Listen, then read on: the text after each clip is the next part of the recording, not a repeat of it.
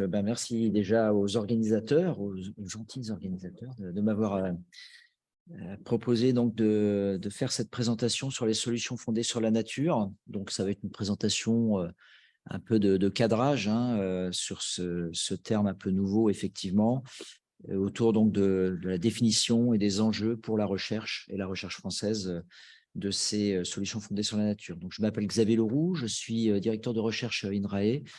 Et donc, je suis directeur d'une fédération de recherche à Lyon qui regroupe 17 laboratoires. Et je suis donc directeur avec Martine Auxerre, qui peut lever la main, directeur du PEPR Solubiode.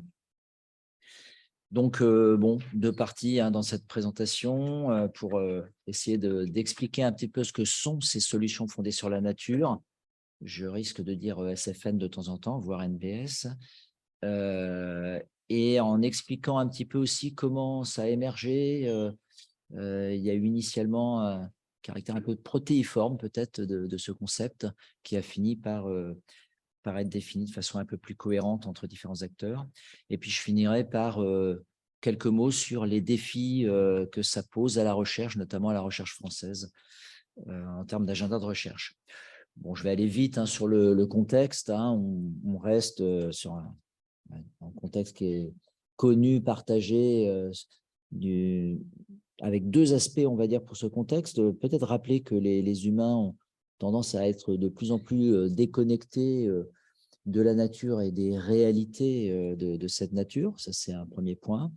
Et sans doute lié à ça, le fait qu'il y a une utilisation absolument non durable des ressources naturelles, d'une manière générale, qui fait qu'on est clairement en dehors des limites planétaires, si tant est qu'on veut utiliser cette approche. Et donc, les défis, c'est un défi qui est double, en fait. Hein. C'est restaurer un peu plus d'harmonie, on va dire, dans les relations homme-nature. C'est quand même un enjeu, pour utiliser un vocabulaire qui a été utilisé hier, et ramener un petit peu une façon de faire et d'être des humains qui leur permettent d'être un peu plus raccord avec les capacités de la planète où ils vivent et dont ils font partie. Alors, c'est dans ce contexte-là, il se trouve que j'avais effectivement cette figure qui a été présentée hier, hein, qui vient de Georgina Mace. Vous voyez, c'est une figure qui vient expliquer comment, au fur et à mesure du temps, on a des visions, alors c'est caricatural comme toute figure, hein, mais des visions des relations homme-nature qui ont pas, vous voyez, à la façon de se présenter, c'est pas une évolution, une transformation, c'est un peu que des pelures d'oignons qui viennent se rajouter, hein.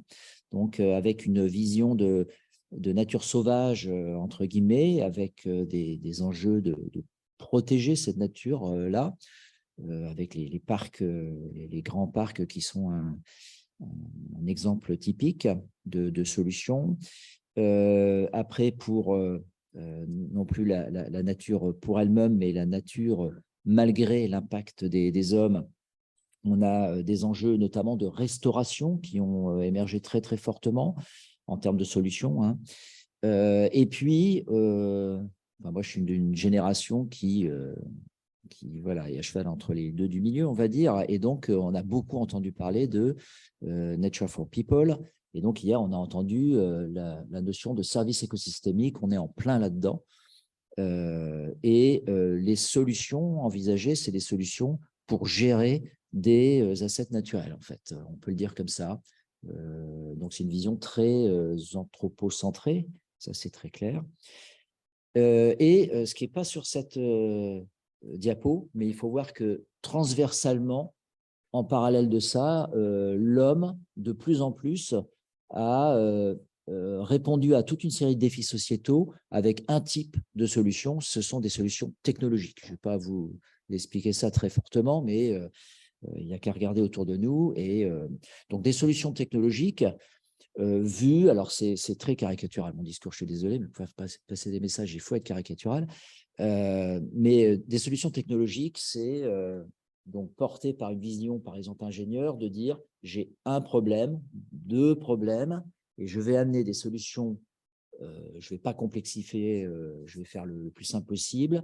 Il faut que ce soit sûr, hein, prédictible, etc., bien bordé. Et bon, un exemple, par exemple, la photo ici, j'ai un problème thermique dans les villes aujourd'hui. Je sais que ça va être pire demain. Qu'est-ce que je fais? Je raisonne sur le bâti, les matériaux en termes d'isolation, etc. Ça fait le job. Donc, je me focalise sur des sorties qui peuvent être adaptation au changement climatique, éventuellement décarbonation. Mais je ne suis pas là pour penser après la biodiversité en ville, le bien-être des gens dans les alentours, les enjeux de santé, ou même de me dire que c'est bien de m'adapter, mais je peux essayer de faire de la mitigation également. Donc, face à ça, on est rentré, et c'est intéressant de voir que Georgie Mess l'avait bien mis en avant. Pour elle, c'était depuis 2010, avec une vision où les enjeux majeurs, c'est un monde, alors environmental change et je dirais fluctuation, c'est les deux, résilience, adaptability, et avec un enjeu sur des socio-écosystèmes, des systèmes homme-nature. Et vous voyez qu'en termes de sciences, on est sur de l'interdisciplinaire avec social et ecological sciences. Et donc, en fait, c'est intéressant parce qu'on est dans un monde où, effectivement, on a besoin de solutions pour les hommes et la nature en même temps.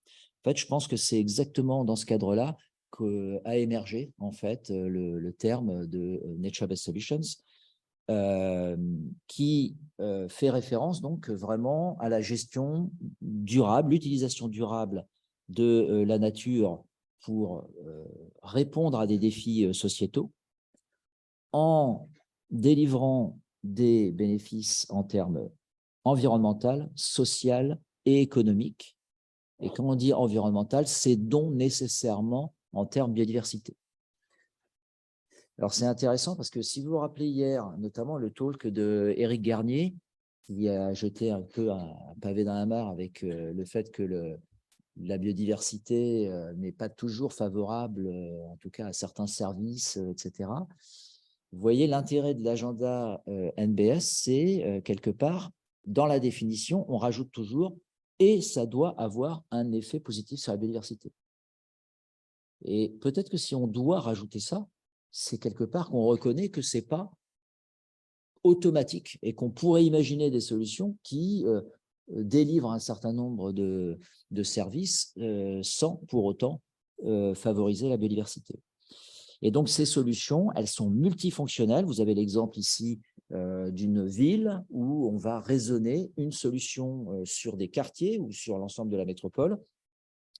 On va identifier des défis, par exemple, bien entendu, le réchauffement climatique avec les heat waves, mais il y a aussi tous les enjeux de devenir des eaux de pluie, infiltration, dépollution également des eaux utilisées dans la ville, mais il y a le bien-être des populations, la santé des populations et bien d'autres choses encore, en plus de l'état de la biodiversité. Donc, on est sur des solutions éminemment multifonctionnelles.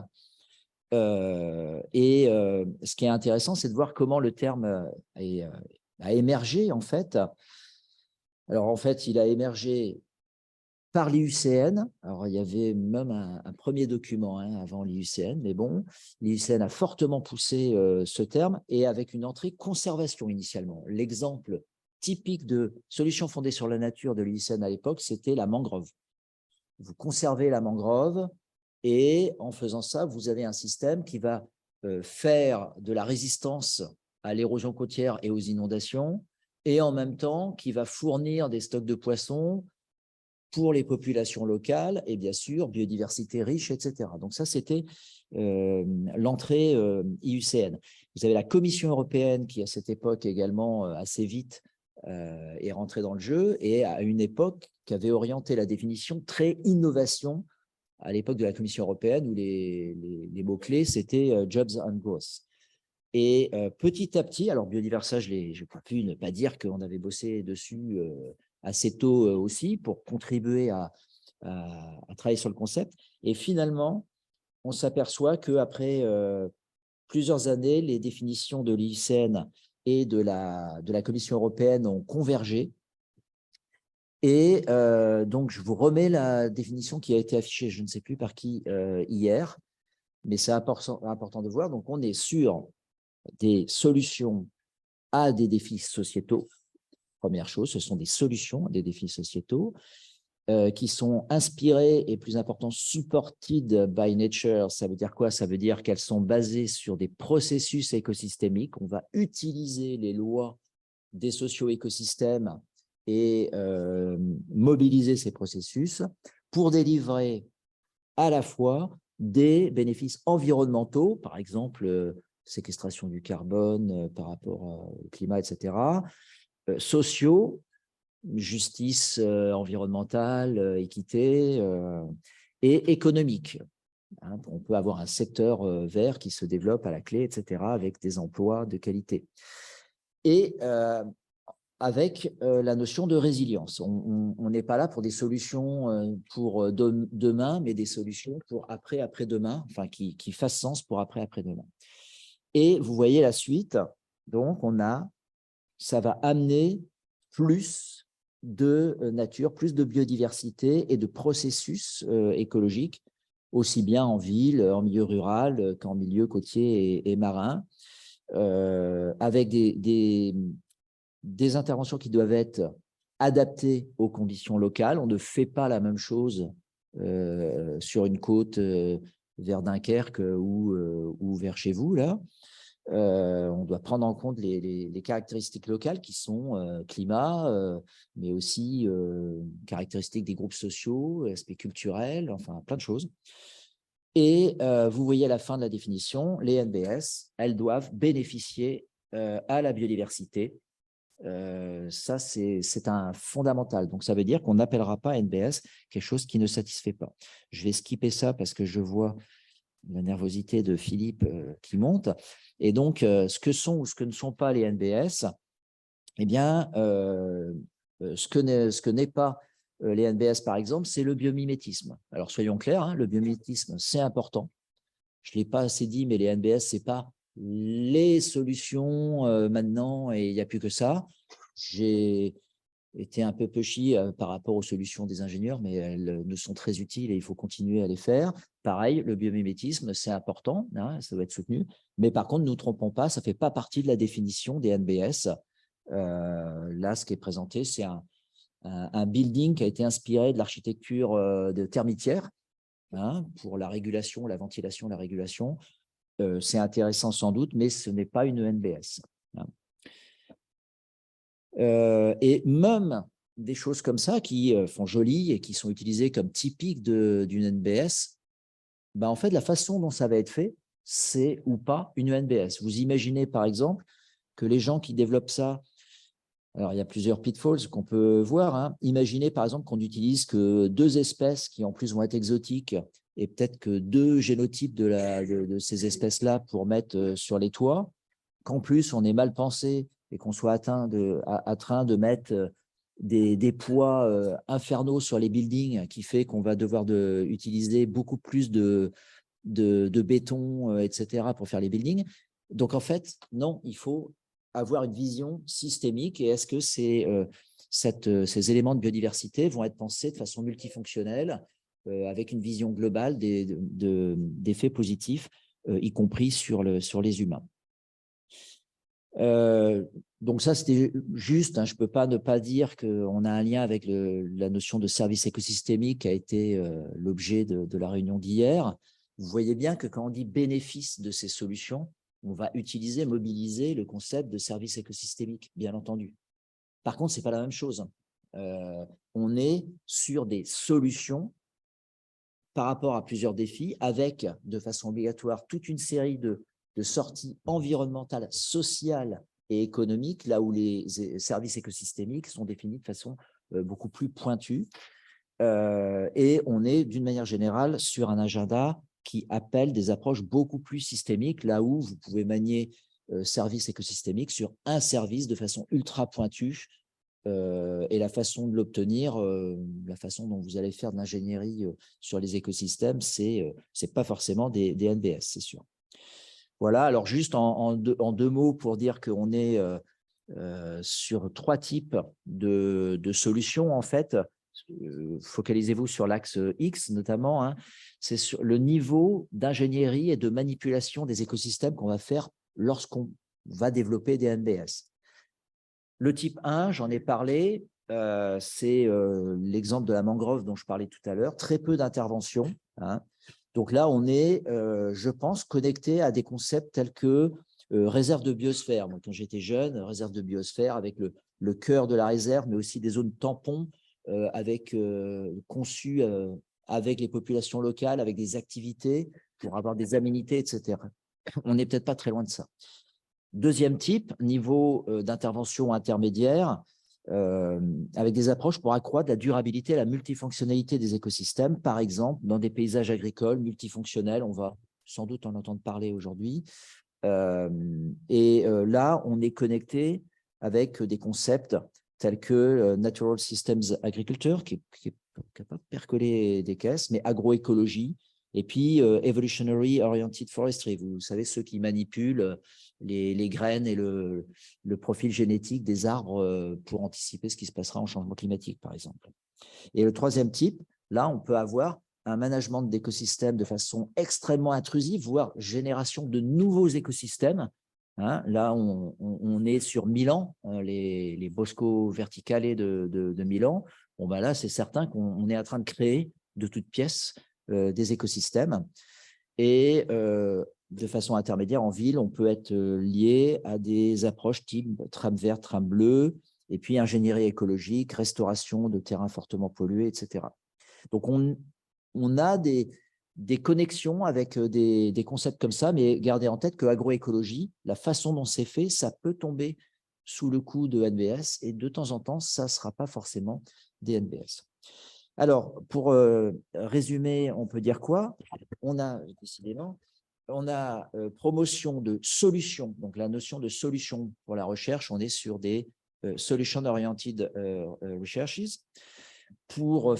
par rapport à des défis sociétaux. Donc, il va falloir expliciter ces défis quand on parle du NBS à chaque fois. Et il va falloir expliciter les sorties environnementales, sociales et économiques de la solution fondée sur la nature. Un intérêt, c'est que vous voyez que contrairement à service écosystémique qui a émergé en fait du monde académique et notamment à cheval entre écologie et économistes, là, ce sont des acteurs non académiques qui ont fait émerger et qui ont boosté ça. Et en fait, quand vous discutez avec pas mal de stakeholders, vous apercevez effectivement que c'est un terme qui est intéressant. Alors, c'est d'autant plus important que ça a été dit et ça va être explicité aujourd'hui, ces solutions, elles doivent être co-construites avec les acteurs, hein, avec ce qu'on attend de ça. Ce n'est pas le scientifique qui arrive et qui va commencer à expliquer quelle solution doit être implémentée. On est sur des processus de co-construction prenant en compte différents groupes sociaux. Et en fait, c'est des solutions, ce qui m'intéresse, c'est que je trouve qu'on est dans un monde aujourd'hui face à ce que les Anglais appellent wicked problems, c'est des problèmes pernicieux, donc des problèmes justement, le problème lui-même est systémique. Vous essayez de rentrer pour résoudre quelque chose, en faisant ça, vous générez un autre problème, etc. Donc en fait, face à ça, on doit repenser nos façons très cartésiennes de faire et passer de solutions ultra fines, en silo un petit peu, hein, et garder en tête que les politiques sont organisées comme ça. Hein. Vous avez un ministère pour l'environnement, un ministère pour le transport, c'est pareil maintenant, mais un ministère pour la santé, un ministère pour ceci et pour cela, pour l'agriculture. Donc, c'est emblématique de ce fonctionnement en silo. Et la recherche, qui a fonctionné comme ça pendant pas mal de temps, en fait, face à l'agenda NBS, ce qui lui est demandé, c'est de repenser ses façons de faire et sortir de ces silos. Et enfin, que tous les acteurs acceptent que quand on parle de solutions fondées sur la nature, c'est le vivant, c'est des interactions, c'est de l'évolution, du dynamisme, et ça veut dire complexité et incertitude.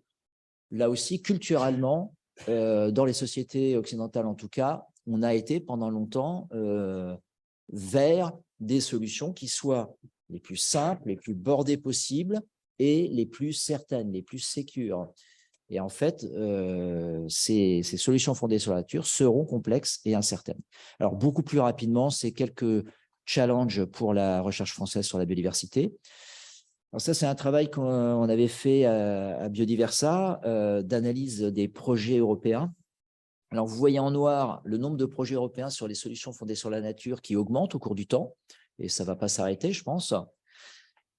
Et vous voyez en bleu la participation française, au début qui est très bonne, mais qui sature assez vite.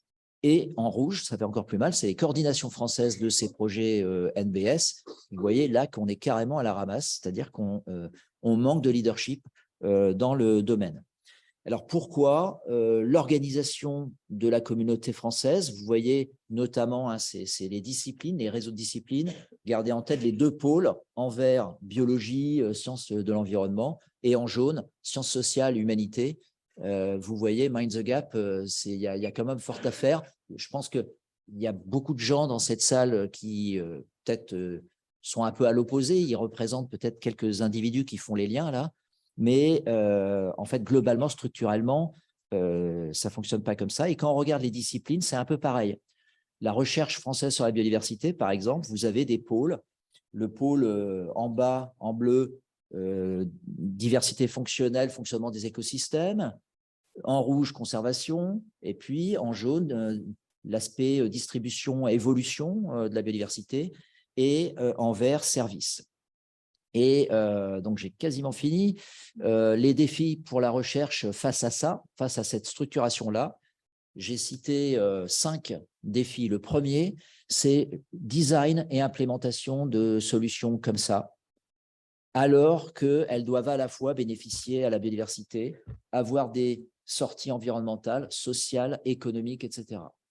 Deuxième, quelles sont les facettes de biodiversité qui sont importantes pour différents types de NBS, et notamment en quoi la capacité adaptative et la résilience de ces NBS peut être ancrée dans des facettes de biodiversité. Troisième, les trade-offs qui sont induits par différentes solutions fondées sur la nature. On ne rase pas gratis, c'est-à-dire ces solutions-là, il n'y a pas de secret. Il y aura des solutions qui vont favoriser un certain nombre de sorties au détriment d'autres. Et donc, il y aura des choix à faire, des choix de conception, des choix de gestion de CNBS. Et derrière ça, ça veut dire des choix de groupes sociaux qui ont des attentes différentes. Donc, il faut gérer. Et donc, c'est là que les aspects de gouvernance, par exemple, de co-construction initialement et de gouvernance derrière, de travail sur les systèmes de valorisation, de représentation, etc., seront très importants. Et enfin, 2 derniers exemples de défis.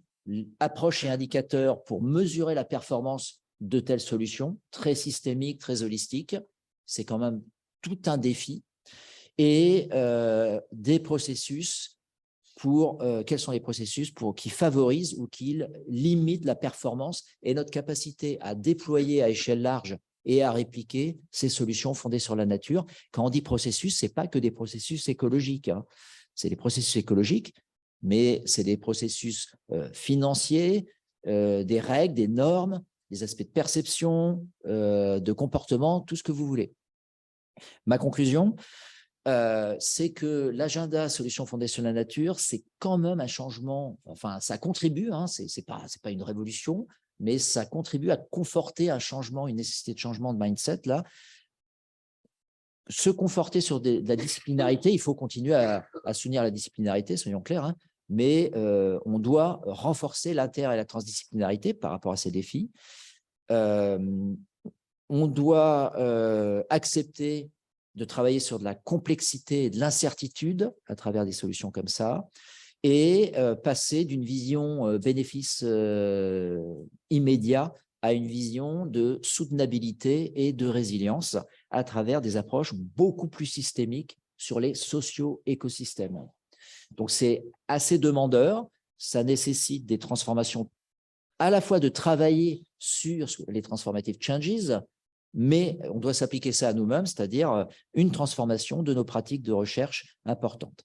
Et donc, bon, pour finir, NBS, retenez ce qui va faire que les NBS marchent. N comme Networks of Communities. B, les bénéfices multiples de ces NBS. Et S, le scaling, parce que ça a été dit par quelqu'un hier, je ne sais plus si c'est ça, la personne qui a présenté sur la ville, qui disait qu'il y a une solution qui ne marchait pas. Bah oui, mais ça ne marchait pas parce que c'était déployé à une échelle très, très fine. Donc, effectivement, le scaling. Et c'est parce qu'on est face à des défis très forts pour la communauté française par rapport à ça, mais aussi parce qu'on y croit que c'est un agenda sympa, on lance un PEPR qu'on va vous présenter cet après-midi, qui n'est pas un projet de recherche, mais un programme pour permettre à la communauté de faire. Merci beaucoup.